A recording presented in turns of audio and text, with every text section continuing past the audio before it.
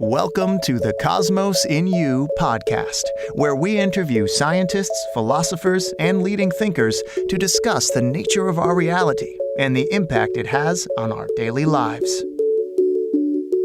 Hello and welcome to the Cosmos in You. This is your host, Susanna Scully.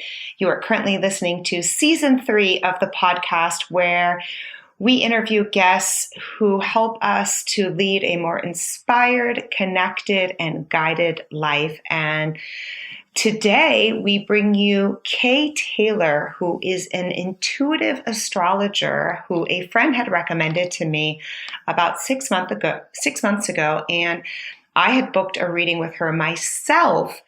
And it was at a time where my husband and I were trying to figure out where we wanted to move. I was also moving my business from one direction to another direction, and then I felt like I needed some guidance around these things, and Kay did not disappoint. So the process was I gave her my birthday and time and the location of where I was born prior to our call. And then on our call, she just revealed all of these things about my path and past lives and how those affect this life. And she gave insight into my children. I gave them their birth dates and times and location and how I can best support them and what they're here for. It really was incredible. And I got a recording after, and I've gone back and listened to it numerous times, which is wonderful. So I wanted to have her on the podcast to help all of you, because she wrote a great book called The Soul Pathway, and she just has so much wisdom to share. So in this episode, we discuss the 3 steps to take to lead a more connected and guided life. We talk about what to do when you doubt your intuition and you get stuck, because I know this definitely happens to me. We talk about the importance of a daily plan in our lives to stay connected. This is something that I hear from a lot of you. Can I have a self-care plan or a daily plan, or how do I sort of integrate this into my life? And she lays it all out in her book and talks about it today in our podcast. She also talks about why the 4 pillars of healing are so important to our soul's evolution. So I think this is really important as well. And what I love about it is, again, she breaks all this down in sort of a framework. So if you're feeling stuck, or you're feeling disconnected, or you're feeling really busy and not, getting the messages you need to get, or not healing parts of you that you feel need to be healing, this is the podcast episode for you. So take a listen. And my request is also, we're going to have a lot more great episodes coming up. I would love if you could help in spreading the word by rating and reviewing us in iTunes. It really, there's an algorithm in iTunes. That's what helps to spread the word the most. So if you could be so kind to rate and review us, if you're enjoying this podcast, I would greatly appreciate that. And you can do that by just, searching The Cosmos in You on iTunes, and they make it pretty easy under review. So that is my ask. Thank you all so much. And I'm excited to continue on this journey with you. So without further ado, let's jump in. Welcome, Kay. Thank you so much for being here today. Oh, thank you, Susanna. Thank you for inviting me. Great. Well, what I thought we could do is get started by sharing with our listeners a bit more about your background, your story, what brought you to where you are today. Okay. Well, I started out in the corporate world, at least on a career level, although I have to say that I had a pretty, challenging time growing up. And, ending up at a very high level in the corporate world with an MBA in finance was a long, intense journey. And one of the reasons I was really successful in the corporate world was because I was very psychic from the time I was a little child. And I did not understand what that was. It was a long time ago, and it wasn't easily available on, TV or radio or anything to know what being psychic even was. But finally, in my late 20s, I began to understand a little bit more about it. And I left the corporate world and slowly began developing a practice, working as a medical intuitive, healer, known as a psychic channel, added astrology, hypnotherapy, psychosynthesis, which is a spiritual psychology. So, I'm one of those people that just loves to keep learning. And people started coming to see me for, I guess you could call it readings. At first that were mostly psychic, and then over time integrated between psychic and astrology. And so that was, a process of, I've been doing this work now for over 30 years. Wow. So one of the beginners way back when. And so I see people in person and by phone and Skype for private sessions, but I also teach a lot. I teach individuals how to develop their intuition from beginning through very advanced. I teach astrology from beginners through coaching and teaching professional astrologers. And in all of that, I'm deeply interested in using these techniques more for healing, helping people transform and change themselves more than just telling people what's going to happen, which sometimes when you use the word intuitive or psychic or even astrology, people tend to think of it as predictive, superficial, and maybe even just bunk, like, oh, that doesn't make any sense, right? How can, 1/12 of the world all be having the same day? And I agree with that. I feel like sun sign astrology is kind of an interesting thing. There's some relevance to it, but it's just a tiny piece of the puzzle. Okay, so let me break this down because I imagine our listeners have so many questions to what you just said. There's so much in there. The first question, let's go back if you don't mind. When you said you realized when you were a child that you had psychic abilities but couldn't name them, how did that manifest as a child? What did that look like? I knew things that were going to happen in advance. I knew things like when people were talking about things, I knew they were lying, and I knew specifically what the truth was, which I was later able to find out about and validate. And the other thing that was happening was that I was completely absorbing and merging with other people's energy fields. So on that empathic level, which many people have, where you just can't tell the difference between your desires, thoughts, feelings, and other people. You're standing in the grocery store line and suddenly you're angry or irritated and you don't know why. And then you realize someone's come in behind you and you can tell by looking at them that they're having a really bad day and you've kind of absorbed their bad day. So I had the psychic energy was operating within me on all the different levels that it can happen, seeing pictures of things, hearing words from spirit, feeling energy that I couldn't explain. And when I was in the corporate world, I would know what was going to happen. Like I had an intuition that my main client was going to file Chapter 11. And then I ran the numbers to prove it and did all kinds of things that looked businessy, looked finance and accounting, which made me, a superstar for having seen that ahead of time. But it was definitely an intuition that came first. And it was only later toward my late 20s that I slowed down enough. I started meditating. And as soon as I started meditating, I could then tell the difference between the voice in my head that was giving me information and just thinking. And that was when I first started to realize, like, oh, this is something different.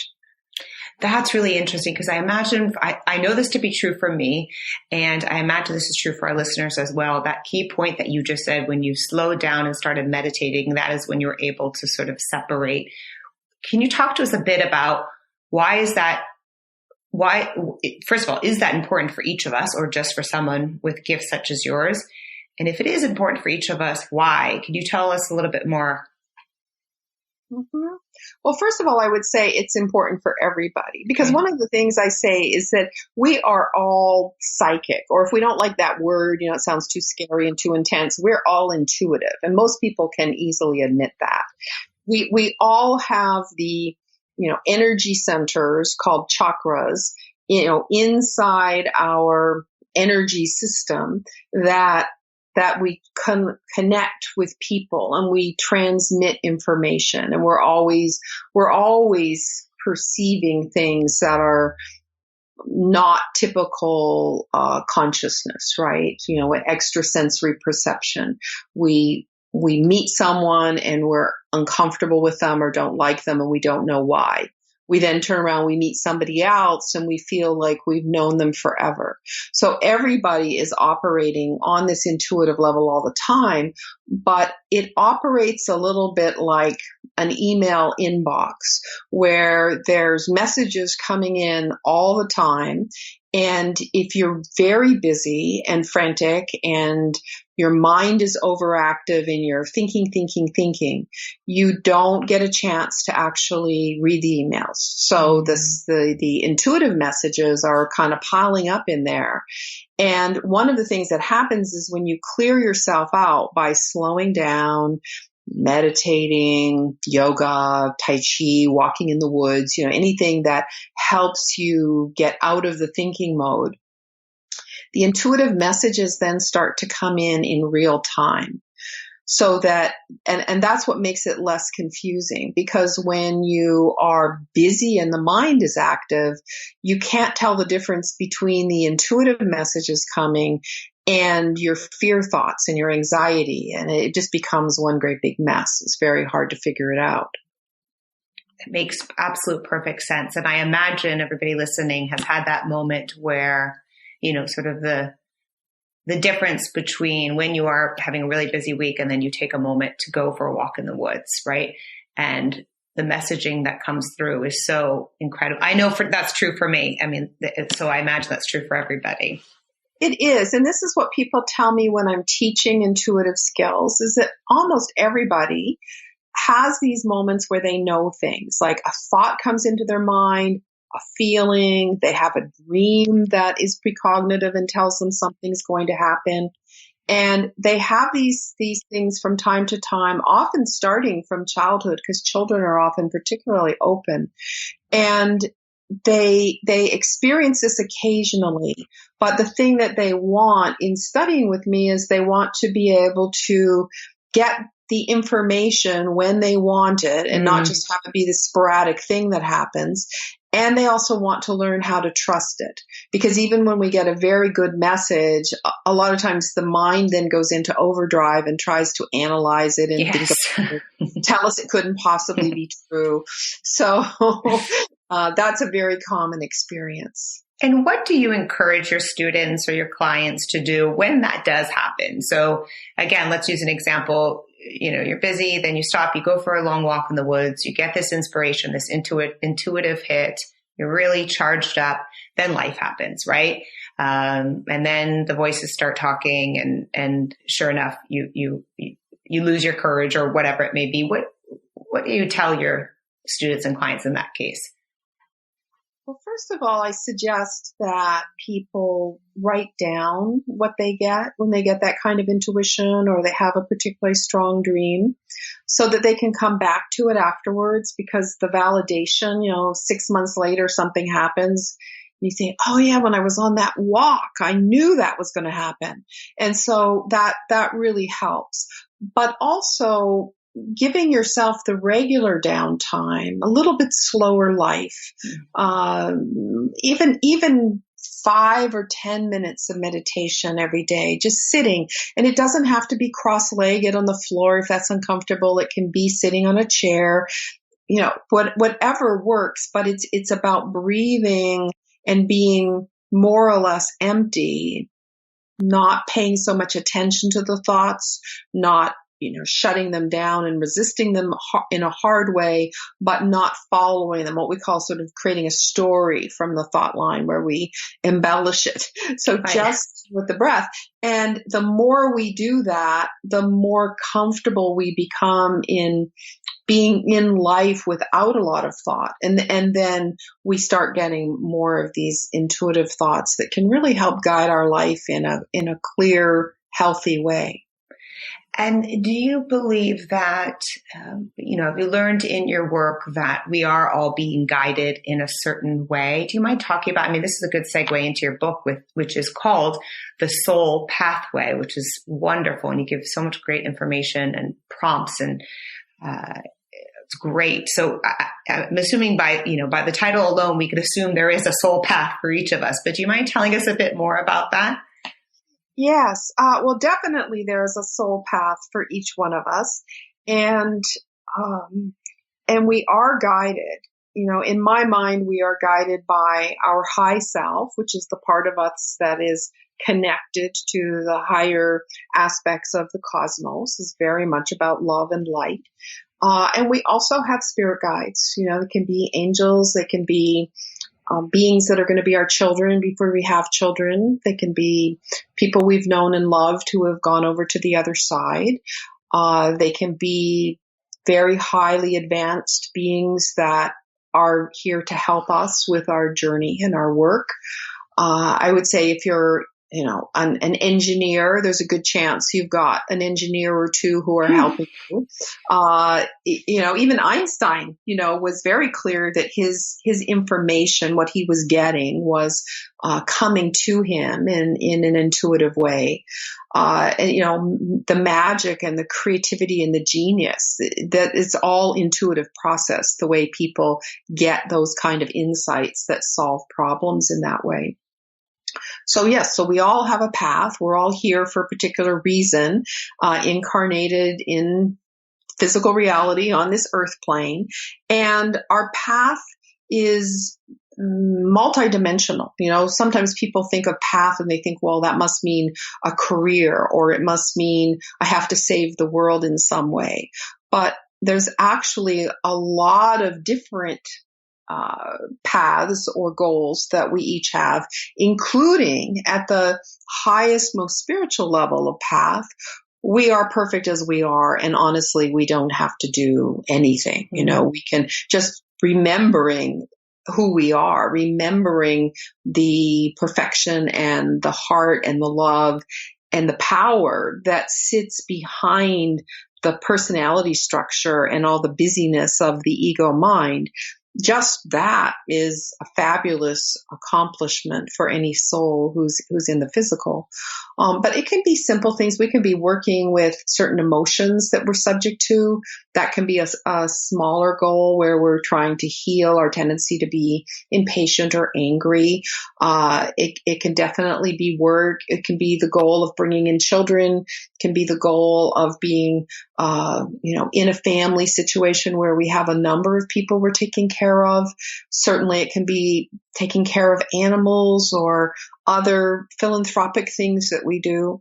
So each one of us will have a path with some level of complexity. And this is seen in the astrology chart. So the kind of astrology that I do is connected to this. I do something called evolutionary astrology. You could also call it the astrology of consciousness or spiritual astrology. So rather than focusing on, well, in 2 weeks, a letter will come to you, or you'll get a communication, or, sort of mundane pieces of prediction that some people like and do, or the simplicity of the sun sign. This is astrology that helps people understand who they are at the deepest levels and what they're here for, and then also understand certain periods of time when you're going through a cycle where there's clearly defined evolution and transformation that could possibly happen. And if we know ahead of time what type of transformation we're doing, we can work with it proactively and have the highest and best outcomes.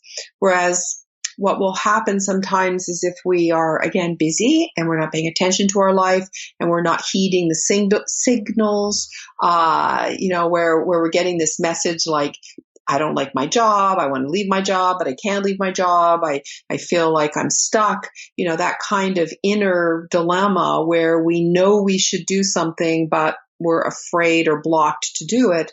and then all of a sudden we find out that our company's downsizing and we're being laid off, that's kind of a typical thing. Like you can look at the astrology chart ahead of time and go, okay, here's a pivot point where you're meant to do what you're really here to do, take a risk and go get a new job. And if you don't, there's the possibility that it will happen for you. So that's the deeper level of working with astrology. So in that, again, somebody's listening and they say, okay, well, I know my sun sign. And for those who are, brand new to astrology, your sun sign means where the sun was when you were born, right? And is that fair to? Exactly. Okay. And that changes every month. And most people, I think, know their sun sign. It's just really hard to go through this culture without knowing it. Mm-hmm. And they say that most people now have heard about Mercury retrogrades. The planet Mercury seems to go backward for 3 weeks a few times a year. But the sun sign is just indicative of your identity and the way you make choices. And so it's a certain flavor, but that's just one thing.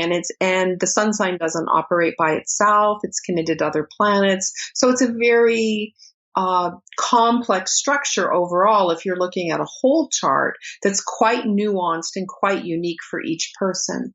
But in my book, in putting in just a small amount of digestible astrology for people, I put in the indicators in the chart that tell you what kind of soul purpose you have, what your habit patterns and gifts are, and what the goal state is in terms of kind of a medicine to bring in to help you be more fully your authentic self. And then also a couple of planets that move very slowly that give you indication of, again, kind of karma transformation, patterns that you're working on perfecting and coming into power and accomplishment of your higher goals. And these things I use them because you don't have to get a reading. You don't have to know your chart. I have tables in the back of the book. You just know your birthday and you can know these 3 indicators. And then I use that as almost a source for people to reflect on what's true for them. Mm. So if you read that about yourself, and then in the book I have meditations and journaling contemplations to say, okay, I just read that about me. What's true in that? What do I feel about that? And what do I want to do myself based on what I've just read and what I know about myself? So it sounds like for somebody who wants to feel more connected, more purposeful, have more meaning, that is a great place to start. Am I right? Is assessing sort of that baseline of your chart. Is that fair to say? Yes, that's okay. Very fair to say. Okay. Mm-hmm. And so from that point, which sounds great, and I highly recommend everybody do that and getting the book and starting to work through that. Now, if somebody, let's say that's starting to baby steps, right? And then somebody says, okay, I want to go even deeper. I really want this to maximize my calling. And what would you say would be the next level of that? Well, I feel like the next level of that is to go get a really good professional reading, an astrological reading. I mix intuition so that I can get some specific detailed answers with the astrology. And of course, I'd love it if the listeners came and saw me, or, had a distance session with me. But there are also other fabulous, evolutionary style astrologers who also do this kind of work in helping a person understand the details of their mission. And what I say about my book is, this book allows the reader to discover what their soul purpose is and then break through the blockages and heal and transform so that they can live an authentic life. Yeah. And just as a side note, I think I shared this in the intro, but I had a reading with Kay and it was fabulous. So I highly, highly recommend everybody do that. It's really amazing the things that you know. So, and I shared more of that in the introduction, but, so really would recommend everybody do that. So if we were start to say, okay, and again, I'm just sort of breaking this into 3 steps of somebody who really wants to feel more connected and purposeful and meaning. First step is to sort of get a baseline sense of your astrological chart. The second step would be, get a professional reading with you so they can really get a broader picture. Could we go into the third step, which again, I don't mean to speak for you, but I'm imagining it's something about integration or sustainability. You know what I mean? That like, how do you continue to build this into your life? Mm-hmm. Well, I feel the continuation of building this into your life is a practice. And you had mentioned to me you liked the section of my book that was about the daily practice. Yes. And to hold a conscious schedule, even within our busy lives, to have some sense of connection to this deeper part of who we are as a soul, and slowing down a little bit the busyness and the endless striving and all the things we do. If you think about it, our mind is like an automatic thought generating machine, right? It's like, oh, I need to do this, I need to do that, I need to go here, I need to go there. And we follow along as if that's important and as if that's meaningful, right? We let the mind dictate a lot of times what we do. And so having a daily plan of the way you get up in the morning. And of course, I'm also a yoga teacher and I love yoga philosophy and blending that into my life as much as the physical practice of yoga. But sometimes, say on a really busy day, it can be as simple as getting up in the morning, looking out the window, taking 3 deep conscious breaths, maybe the arms overhead. It can be sitting and having your cup of tea instead of doing 10 things at the same time. What? Huh? And I raise children, my children are grown now, but I know what it's like. I have a special needs son, and I have adopted foster children, and I have had a very busy, full life, working full time with this work, plus raising a family. So I have a lot of empathy about, how do you even, when you've got little ones, like say, get a shower by yourself or, things like that. But no matter how busy your schedule is, there are ways to create a structure of what you might do that allow you to slow down, take a few deep breaths, clear the mind. First thing in the morning, somewhere during the day, last thing at night, reading even a page of something that is inspirational before you go to sleep. If you have a choice where you've got a little free time with your children, going out in the park instead of sitting, watching something on a screen. So the book has lots and lots of ideas of different things to do and how to build consciousness and healing and transformation into your life path. That's so good. And I think we all really need that framework. I know people are often asking for, and I need it as well. It's sort of like, well, exactly what do I do? And you do a beautiful job in your book of saying in the morning, do X, Y, Z, and then here's additional things to do. In the middle of the day, do this, and at night, do this. And they really do make quite a difference. So thank you for sharing that. One of the other things I loved in your book was that you shared the 4 pillars of healing. So if you don't mind, share with our audience, what are those 4 pillars? Why are they important? And again, how do we integrate that into our own life? Okay. So many times culturally for, a number of years now, everybody talks about body, mind, spirit, okay? And even mainstream Western doctors are talking more and more about that you can't just expect to heal yourself physically by going to the doctor and getting some medicine. What's going on with your stress levels and, do you have connections with people that are sustainable? That's a really important part of health too. So I broke it down in my book to talk about the 4 pillars of healing, being body, mind, and spirit, but dividing mind into the mental mind and the emotional mind. And my belief is that it doesn't matter where we start in the healing process, that once we move into one of those realms for healing, sooner or later we start moving into the others. Because once we start healing and consciously evolving, it's such a wonderful doorway. And, people don't go on that path and then decide they're not going to do it. Yeah. It calls you and it feels so much better than living in an unconscious way that you really get hooked. And this also, I'll say this idea came to me many years ago from reading, my brain is freezing. What is her name? You Can Heal Your Life with Louise Hay. Oh, yes, of course. Amazing woman, right? Yeah. Who wrote that book when she was 60, 61 years old. Nobody would publish it, had to start her own publishing company, Hay House, to publish her own book. And now Hay House, you see where that is. Yep.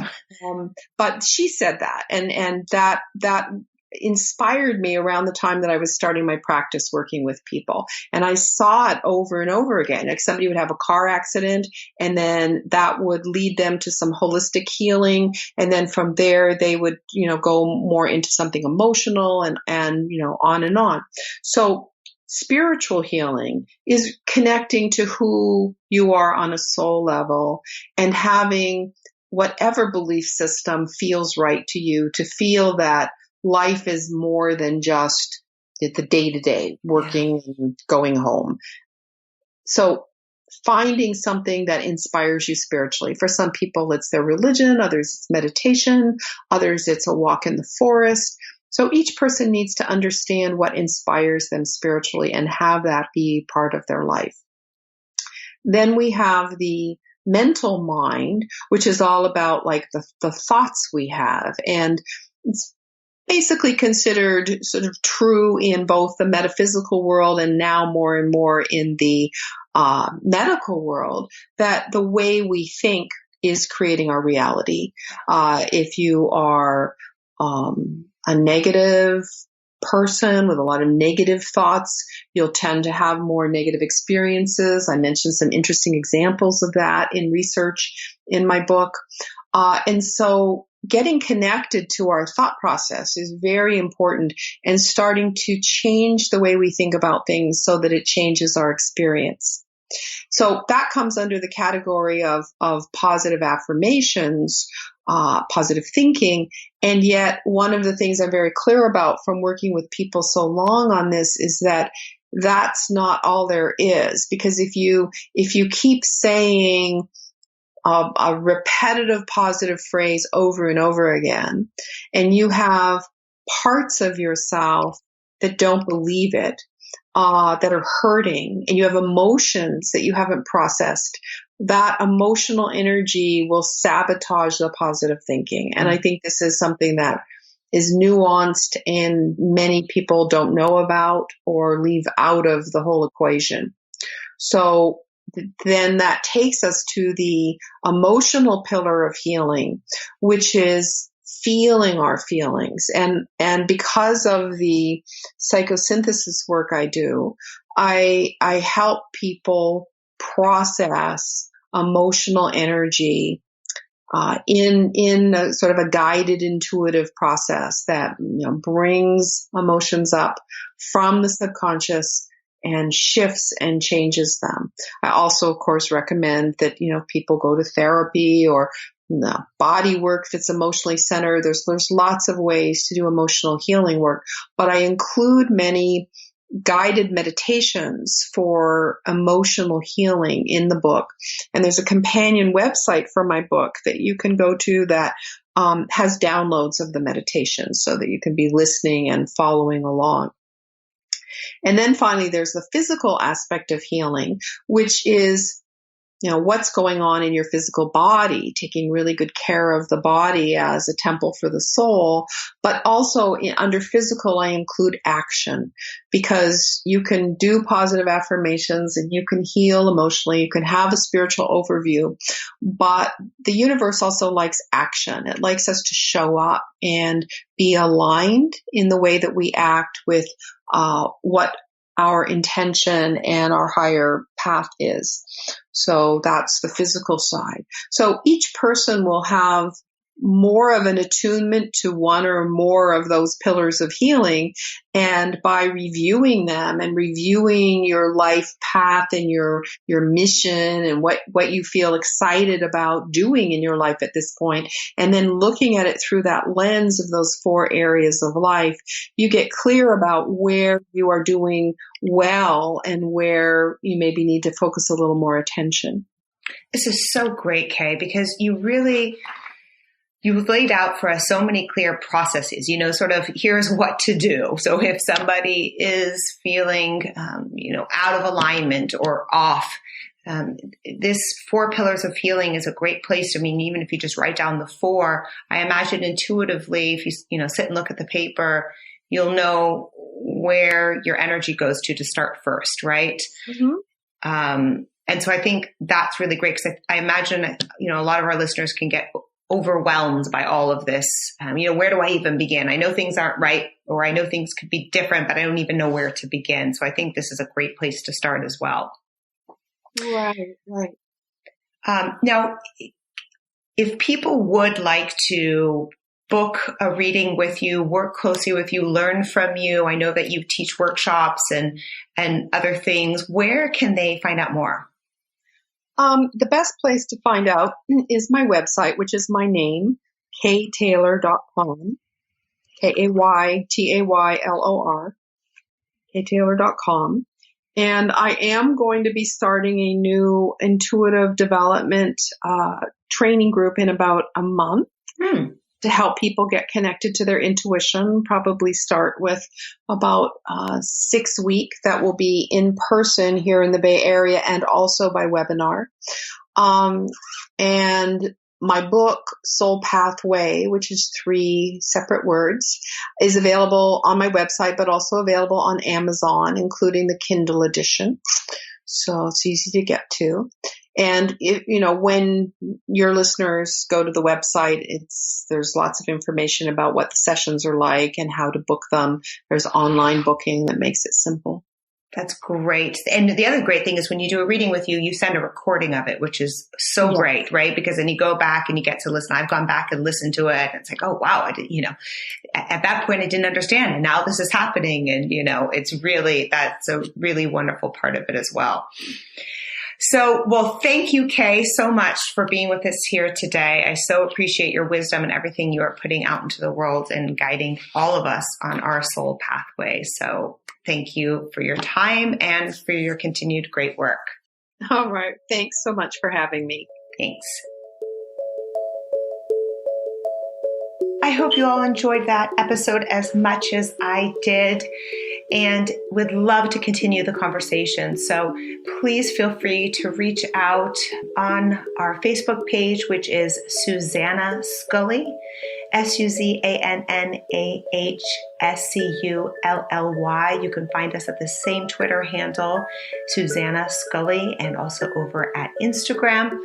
And our website is susannascully.com. So keep it pretty simple there. Thank you all for listening in and look forward to chatting with you next time.